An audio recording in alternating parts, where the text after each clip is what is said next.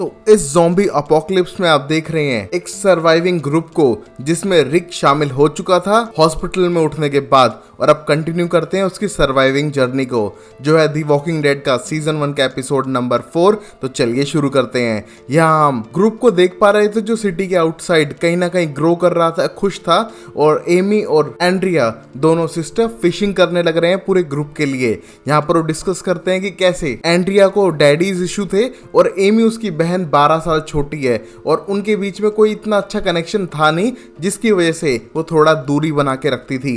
But अब वो साथ में है, सर्वाइव कर चुकी हैं, तो वो अपने डैड की सिखाई हुई चीजें जैसे कि फिशिंग को यूज करके इस ज़ॉम्बी अपोकलिप्स में सर्वाइव करके दिखाएंगी। यहाँ पर दोनों बहन बॉन्ड बनाई जा रही थी। वहीं डेल नोटिस कर पाता है कि जिम दूर एरिया में ग्रेव्स डिग करने लग रहा था और शायद वो मेंटली अनस्टेबल है। उसके पास जाके उसे समझाने की भी कोशिश करता है, बट ये देख जिम और भी फ्रस्ट्रेट होने लगा था। ये बात बताने के लिए ग्रुप में जा ही रहा था, बट तब तक एंड्रिया और एमी आ चुकी थी बहुत सारी फिशेस को पकड़ के, जिसको देख के पूरा ग्रुप एक्साइटेड है कि चलो उनको अच्छे से खाने को तो मिलेगा इतने दिनों में।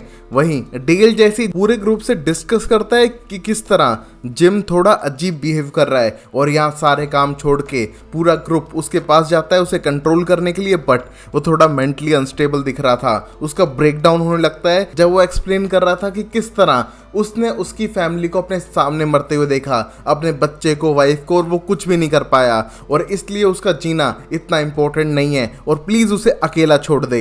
यहाँ पर ये सब जानने के बाद तो उसे कोई भी अकेला छोड़ने के लिए रेडी नहीं है, क्योंकि लोगों को लगता था कि ये शायद खुद को हार्म कर लेगा। शेन आगे बढ़ के उसकी हेल्प करना चाह रहा था, बट वो शेन पर ही अटैक करता है। ये देख शेन उसे पकड़ के हथकड़ी बांध देता है, क्योंकि भैया पुलिस का तो यही काम है, हथकड़ी बांधो और रिश्वत लो, जो शेन को बखूबी आते थे। और एक और चीज आती है शेन को, अपने बेस्ट फ्रेंड की बंदी को कैसे पटाना है। और अगर आपको टिप्स चाहिए तो कमेंट बॉक्स में पूछ लो। जहां अब जिम की हरकत देखकर बच्चे भी डर चुके थे, और इस बात को लोरी एक्सप्लेन करती है जिम को कि किस तरह उनको हौसला रखना चाहिए, बच्चों को उन्हें गाइड करना है। इस मोमेंट पे वो बच्चों को पढ़ा रही थी और पास में ही जिम को उन्हें बांधा हुआ है, जिससे कि वो किसी पे अटैक ना करे। यहाँ पर धीरे धीरे जिम अपने आप को कंट्रोल करता जा रहा था, क्योंकि उसके विजन्स और बैक स्टोरी की वजह से वो थोड़ा ट्रॉमेटाइज हो चुका था। बट एक्सप्लेन करता है कि लोरी का हस्बैंड बहुत ज्यादा स्ट्रॉन्ग है, वो अकेला बच के यहाँ तक पहुंच चुका है, तो शायद वो वापस भी बच के आ जाएगा, उन्हें उसकी टेंशन करने की जरूरत नहीं है। और वो समझ पा रहे हैं कि उसने क्या गलत किया है, अब उसे सही करने का टाइम आ चुका है। उसी मोमेंट पे हर कोई अब रिलैक्स हो चुका था और उन्हें लगता है कि जिम कुछ देर में अपने आप सही हो जाएगा। वहीं सिटी में हम देखते हैं डैरल बहुत ज्यादा गुस्सा है कि उसका भाई अपना खुद का हाथ काट के सरवाइव करके भाग चुका है, सिर्फ इन लोगों की वजह से जिनने उसे अकेला छोड़ दिया था छत पे।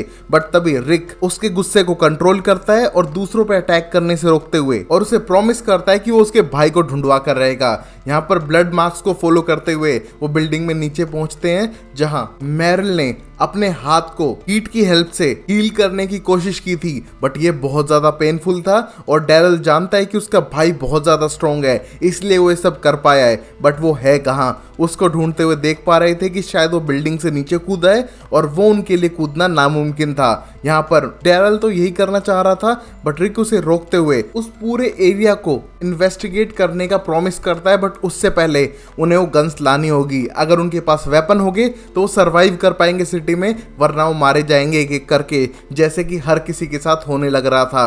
तो इस मोमेंट पे डैरल उनका साथ देने के लिए रेडी है, और वो पूरा प्लान करते हैं कि किस तरह ज़ॉम्बी से बचते हुए दोनों साइड ग्रुप खड़े होंगे। यहाँ पर ग्लेन अपनी जान खतरे में डाल के उस गन से भरे बैग को उठा के लाएगा।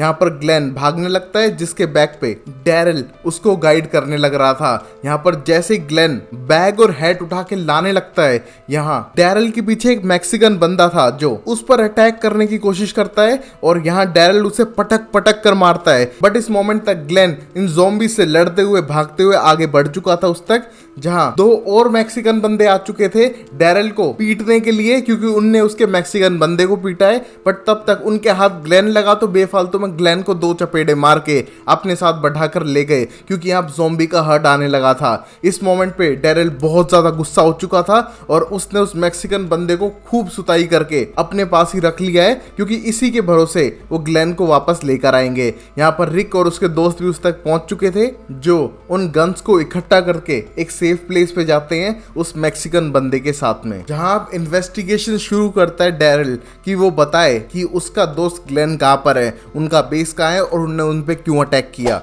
यहाँ पर उस बंदे का कहना था कि वो इन गन्स के लिए यहाँ पर आए थे, बट उससे पहले उन्हें मिल गई। यहाँ पर रिक साफ करता है कि गन उनकी है और बता दे क्या उनके पास ग्लेन नहीं है या फिर मैरल को भी उन्हीं ने उठा के रखा है। और मैरल का नाम सुन मैक्सिकन बंदा बोलता है कि उनने किसी कुत्ते को नहीं उठाया है, तो प्लीज उनसे इस सब की बात ना ही करो तो अच्छा है। यहाँ पर डेरिल को अपने भाई की बेइज्जती सुनकर गुस्सा आता है और पकड़ के पीटने लगता है इस मैक्सिकन बंदे को और अपने भाई का कटा हाथ दिखाता है कि ये उसने लास्ट विक्टिम के साथ किया था। अगर उसने सच नहीं बताया तो शायद उसके भी ऐसे हाथ काट देगा। जिसे सुन ये मैक्सिकन बंदा डर चुका था। वहीं रिक पूरी सिचुएशन को काम डाउन करता है और उसे समझाता है कि वो बातचीत से भी इस मामले को निपटा सकते हैं। वो अपने दोस्तों के अड्डे पे ले जाए, बात करे और उसके दोनों दोस्त वापस सौंप दे, तभी शायद वो बात करेंगे। यहाँ वो मैक्सिकन बंदा डर के मारे सब कुछ करने के लिए रेडी था। यहाँ वो अपने बेस पर चुपचाप उन्हें लेकर जाता है, बट वॉर्न करता है कि ग्लियोमो जो उनका लीडर है वो खतरनाक है, उससे थोड़ा बच के रहो। यहीं बेस पर पहुंच के ग्लियोमो अपने बंदों के साथ आ चुका था और यहाँ वो ग्लेन के बदले में वेपन्स चाहता है। ये सुन रिक बिल्कुल भी रेडी नहीं था ये करने के लिए, क्योंकि ये सारे वेपन उससे बिलोंग करते हैं और मैक्सिकन बंदे के बदले वो अपने बंदों को वापस लेंगे, वरना मैक्सिकन बंदे को गोली से मार देंगे। ये सुन ग्लियोमो उनको और सोचने का टाइम देता है, जिस मोमेंट पे वो वापस जाकर सोचने लगते हैं कि शायद उन्हें गन देनी चाहिए कि नहीं। यहाँ पर रिक ग्लेन के लिए कुछ गन्स देने के लिए रेडी था, बट डेरिल को लगता है कि एक चिंकी बंदे के लिए गन्स देना वेस्ट है। इन गन की कीमत सोने चांदी से भी ज्यादा है। इस ज़ॉम्बी अपोकलिप्टिक वर्ल्ड में यहाँ पर बिना गन के वो सरवाइव नहीं कर सकते हैं, बिना ग्लेन के तो किसी तरह कर भी लेंगे। ये सुन रिक साफ करता है कि यहाँ पर ग्लेन ने उसकी भी जान बचाई थी, वो एक अच्छा इंसान है, तो वो वही करेंगे जो एक अच्छा इंसान करता है, ग्लेन की जान बचाना। उसके लिए वो सारी नहीं बट थोड़ी गन्स तो दे ही सकते हैं। थोड़ी गन्स को खुद रिलोड करके उस मैक्सिकन बंदे के साथ वापस जाने लगते हैं ग्लियोमो के पास। यहाँ पर ग्लियोमो बिल्कुल भी खुश नहीं था, क्योंकि उस बैग में आधी ही गन्स थी और यहाँ पर अब गन फाइट होने वाली है, बिल्कुल रजत दलाल और राजवीर की टाइप। बट तभी ये सारी फाइट टल जाती है, क्योंकि बीच में आ चुकी थी दादी अम्मा, जो रियल की लेडी बॉस थी, जो फिलिपिनो की ग्रैंड मदर थी। इस पूरी फाइट को रुकवाती है और सीधा रिक से बात करती है कि वो गन लेके यहाँ पर क्यों आए हैं। तभी वो एक्सप्लेन करता है कि उनने एक बंदे को किडनैप कर लिया जिसका नाम ग्लेन था। तभी ग्रैंड में बोलती है अच्छा वो चिंकी बंदा एशियन बॉय वो तो अंदर है, और रिक का हाथ पकड़ के पूरी बिल्डिंग के अंदर से ले जाने लगती है, जहां ग्लियोमो हमारा रजत दलाल कुछ भी नहीं कर पाता है, चुपचाप देखते रहता है अपनी दोस्त की ग्रैंड माँ को, जो लेडी बॉस की तरह पूरी प्लेस को रूल कर रही थी। यहाँ अंदर ले जाके दिखाती है कि कितने सारे ओल्ड पीपल इस ज़ॉम्बी अपोकलिप्टिक वर्ल्ड में भी सर्वाइव कर पा रहे हैं, सिर्फ ग्लियोमो के ग्रुप की वजह से, जो इनका ख्याल रखने लग रहे हैं। यहाँ ये देख के रिक बहुत ज्यादा इमोशनल फील करता है और सामने देखता है ग्लेन को, जो बूढ़ों के साथ टाइम पास कर रहा था, जिसका डर था कि पता नहीं ग्लियोमो उसे कुत्तों को ना खिला दे। बट वहां पर छोटे छोटे पमेरियन कुत्ते थे जो शायद अपना खाना खुद ना खा पाए। और ये सब देख के रिक समझता है कि अगर उन्हें गन चला दी होती तो शायद उन्हें इनोसेंट लोगों को मार दिया होता। वहीं पर ग्लियोमो का भी कहना था कि यहाँ पर स्टाफ छोड़ के चला गया था इन सब ओल्ड पीपल को, बट तब से वो टेक केयर कर रहे हैं, अब ये उनकी रिस्पॉन्सिबिलिटी है। यहाँ पर वो स्कैवेंजर्स की तरह पूरे एरिया को लूट पाट करके खाना और मेडिसिन इकट्ठा करते हैं और इन सब का ख्याल रखते हैं। उनके पास कोई और ऑप्शन है भी नहीं। ये देख रिक के लिए ग्लियोमो की रिस्पेक्ट नेक्स्ट लेवल बढ़ चुकी थी और वो एग्री करता है कुछ गन्स यहीं पर छोड़ के जाने के लिए। ये देखे ग्लियोमो भी उसकी रिस्पेक्ट करता है और वापस जाने लगते हैं अब ये ग्लेन को अपने साथ लेकर। बट यहाँ डेरिल ज्यादा खुश नहीं था, उसे लगता है कि उन्हें गन्स बिल्कुल भी नहीं देनी चाहिए थी। बट यहाँ रिक का कहना था कि उसने ज्यादातर गन तो खुद ही रख ली हैं, बट एक दो दे भी दी तो कोई बड़ी बात नहीं है, उनके पास ज्यादा एमओ है और उनको अब सेफली पहले घर पहुंचना होगा। बट जैसे ही वो घर पहुंचने के लिए अपनी वैन तक पहुंचते हैं, यहाँ से वैन गायब थी, जिसे देख के हर किसी को डर था कि पक्का मेरल सरवाइव करके उनकी वैन चुरा के यहाँ से जा चुका है और पक्का रिवेंज लेगा बाप का, दादा का, भाई का, सबका, पूरे कैंप वालों से, क्योंकि उसे अकेला छोड़ के जा चुके थे। और अब डर के वो तेज तेज भागने लगते हैं पैदल ही सीधा कैंप की तरफ। और वहीं कैंप के अंदर हम देखते हैं पूरी कम्युनिटी बहुत ज़्यादा एक्साइटेड है क्योंकि आज उनको बहुत अच्छा खाना खाने को मिलेगा। वहीं पर कैंप के अंदर हम देखते हैं एंड्रिया को, जो बहुत ज़्यादा एक्साइटेड है अपनी सिस्टर एमी को गिफ्ट देने के लिए। ये बात वो डेल के साथ भी शेयर करती है जिससे कि वो एक मर्मेड नेकलेस को बॉक्स में पैक कर सके। वहीं पर जिम अब शांत हो चुका था और शेन उससे सॉरी बोलता है अब तक के बिहेवियर के लिए, बट ये जरूरी था कैंप की सेफ्टी के लिए। उसके लिए कोई हार्ड फीलिंग्स नहीं है, जिसे जिम समझने के बाद कैंप में वापस ज्वाइन होने के लिए रेडी था। बट वहीं एड गुस्से में था और ग्रुप को ज्वाइन ना करते हुए अकेला टेंट में टाइम बिताने लग रहा था। वहीं सब लोग इकट्ठा हो चुके थे, सब ने खाई मच्छी और सबको लगी मच्छी अच्छी। और ये सब खाने के बाद अपने मोमेंट्स को बता रहे थे कि किस तरह दुनिया तो खत्म हो चुकी है बट वो खुश हैं कि वो सरवाइव कर पाए हैं और इतने अच्छे दोस्त बन पाए हैं। और गाइस, जब आपके साथ सबसे बेस्ट हो रहा हो लाइफ में तभी आपके एल लग जाते हैं, जैसे इनके भी लग चुके हैं। यहाँ पर एक ज़ॉम्बी का हर्ड धीरे धीरे इनके ग्रुप की तरफ बढ़ रहा है।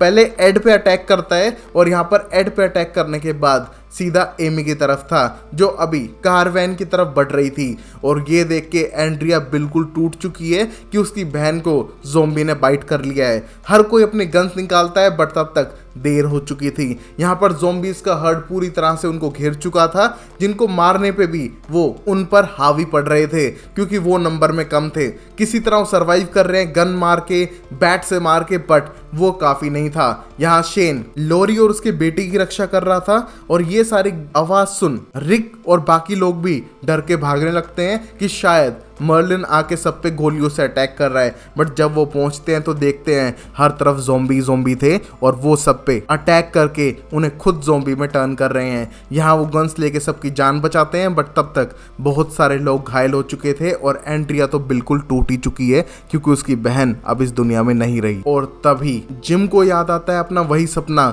जिसको याद करके वो ये सारे ग्रेव्स खोदने लग रहा था कि उनपे एक ज़ॉम्बी का अटैक होने वाला है। और जिम बाबा ने पहले ही प्रेडिक्ट कर दिया था जिसको कोई समझ नहीं पाया। देखते हैं अगले एपिसोड में जिम की इस बात पे पिटाई होती है या फिर वो खुद एक बाबा बन जाता है इस ज़ॉम्बी अपोकलिप्टिक वर्ल्ड में। तब तक के लिए वीडियो को लाइक करो और अपनी एक्स गर्लफ्रेंड का नाम कमेंट बॉक्स में लिखो जिसे आप ज़ॉम्बी से कटवाना चाहते हो।